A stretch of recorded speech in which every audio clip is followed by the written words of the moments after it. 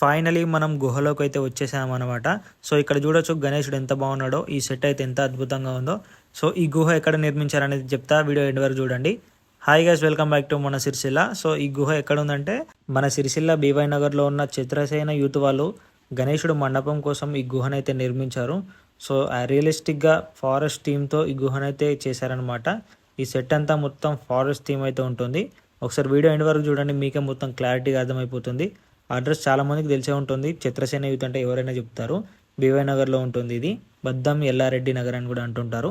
So ఈ forest థీమ్ని మొత్తం గంపలో use చేసి మొత్తం ఫారెస్ట్ థీమ్ అయితే తీసుకొచ్చారు. సో ఈ వీడియో మొత్తం కంప్లీట్ వర్క్ అవ్వకముందు అనమాట. సో కంప్లీట్ అయ్యాక కూడా ఎలా ఉందో ఈ వీడియోలో మొత్తం మీకు చూపిస్తా. వీడియోని ఎండ్ వరకు చూడండి, అసలు స్కిప్ చేయకుండా చూడండి.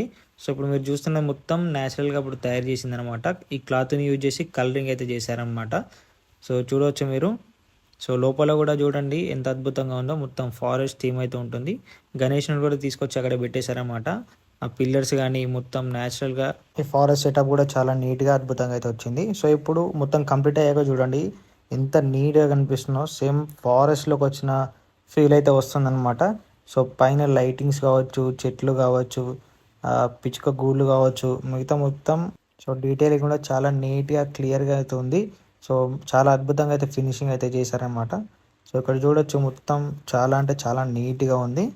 సో మీరు ఖచ్చితంగా విజిట్ చేయాల్సిన ఈ మండపం అన్నమాట.